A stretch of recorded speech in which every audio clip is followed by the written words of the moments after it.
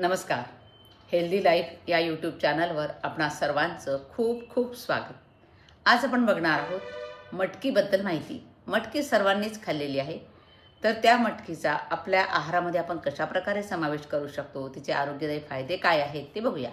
आता सर्वप्रथम मटकी म्हणजे काय? तर मटकी म्हणजे डाळीच्या गटामधील एक धान्य आहे आणि प्रोटीनचा उत्तम स्रोत आहे. अंकुरल्यावर ती मटकी जर खाल्ली म्हणजे स्प्राउटेड मटकी जर खाल्ली तर त्याचे फायदे आपल्याला अजून मिळतात. तर याचे पोषक घटक काय आहेत या मटकीचे?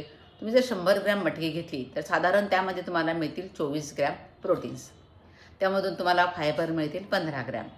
आयर्न अगदी मुबलक प्रमाणात मिळेल 100 ग्रॅममधून. कॅल्शियम, मॅग्नेशियम, पोटॅशियम हे सुद्धा तुम्हाला चांगल्या प्रमाणात मिळेल. आणि याच्यामध्ये फॅट्स खूप कमी प्रमाणात आहेत. त्यामुळे वजन कमी करणाऱ्यांसाठी आणि स्नायू बांधणीसाठी मटकी म्हणजे उत्तम पर्याय आहे. आता या आपल्या आहारामध्ये या मटकीचा समावेश कसा करायचा? तर सकाळच्या नाश्त्यामध्ये तुम्ही करू शकता, दुपारच्या जेवणामध्ये करू शकता, रात्रीच्या जेवणामध्ये करू शकता. सकाळच्या नाश्त्यामध्ये कसा करायचा? तर अंकुरलेली मटकीची उसळ करू शकता, म्हणजे स्प्राउटेड मटकीची उसळ. त्यामुळे थोडं तेल, कांदा, हिरवी मिरची, हळद घालून परतलेली अशी ती मटकीची उसळ होईल. सॅलड तुम्ही घेऊ शकता. उकडलेली मटकी, काकडी, टोमॅटो, लिंबाचा रस आणि थोडं काळं मीठ त्यावर टाका. छान सॅलड तयार होईल. त्यानंतर मटकी पराठा किंवा डोसा करू शकता. मटकी पिठामध्ये भाज्या मिसळून तुम्ही ते करू शकता. आणि दुपारच्या जेवणामध्ये जर तुम्हाला मटकी खायची असेल तर मिसळपाव, घरी कमी तेलामध्ये केलेली मटकीची मिसळ तुम्ही पावासोबत खा किंवा फक्त मटकी खा. मटकीची खिचडी करू शकता.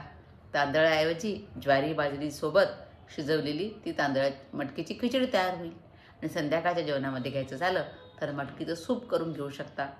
ते प्रथिनयुक्त असेल आणि पचायला हलकं असेल. नंतर मटकी चाट घेऊ शकता. अंकुरलेली मटकी, कांदा, टोमॅटो आणि त्यावर लिंबू पिळायचं. तोंडाला पाणी सुटतं आहे सांगतानाच. त्यानंतर आरोग्यदायी फायदे. प्रथिनांचा उत्तम स्रोत आहे, त्यामुळे स्नायूंची वाढ, त्वचा आणि केसांसाठी फायदेशीर आहे. फायबरयुक्त असल्यामुळे काय होतं? पचन सुधारतं आणि कॉन्स्टिपेशन कमी होतं. रक्तामधलं हिमोग्लोबिन वाढतं. वजन नियंत्रणात राहतं, कारण जास्त वेळ पोट भरल्यासारखं वाटतं मटकी खाण्यामुळे. शुगर नियंत्रणासाठी सुद्धा मटकी योग्य आहे, कारण याचा ग्लायसेमिक इंडेक्स कमी असल्यानं मधुमेही व्यक्तींना फायदेशीर आहे.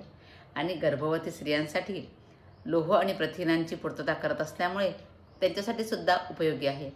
फक्त मटकी खाताना लक्षात काय ठेवायचं? तर मटकी कच्ची खायची नाही, अंकुरल्यावर थोडीशी वाफवून किंवा परतून खायची. आणि गॅस होण्याची प्रवृत्ती असेल, काही लोकांना गॅसचे त्रास जास्त होतात, त्यांनी जिरं आणि हिंग मटकीसोबत वापरायचं आहे. म्हणजे जिरं हिंग फोडणी देताना वापरायचं आहे. दिवसातून फक्त अर्धा ते 1 वाटी मटकी पुरेशी आहे. त्यापेक्षा जास्त मटकी खाऊ नका, पचणार नाही. तर या पद्धतीने जर तुम्ही मटकीचा वापर आपल्या आहारामध्ये केला तर तुम्हाला पुरेसं पोषण मूल्य मिळेल आणि आरोग्यदायी फायदे तुम्हाला मिळतील. चला, तर मटकी आपण सर्वजण आधी खातच होतो, पण आता ज्या दृष्टीने लक्ष देऊन मटकी खाऊया. धन्यवाद.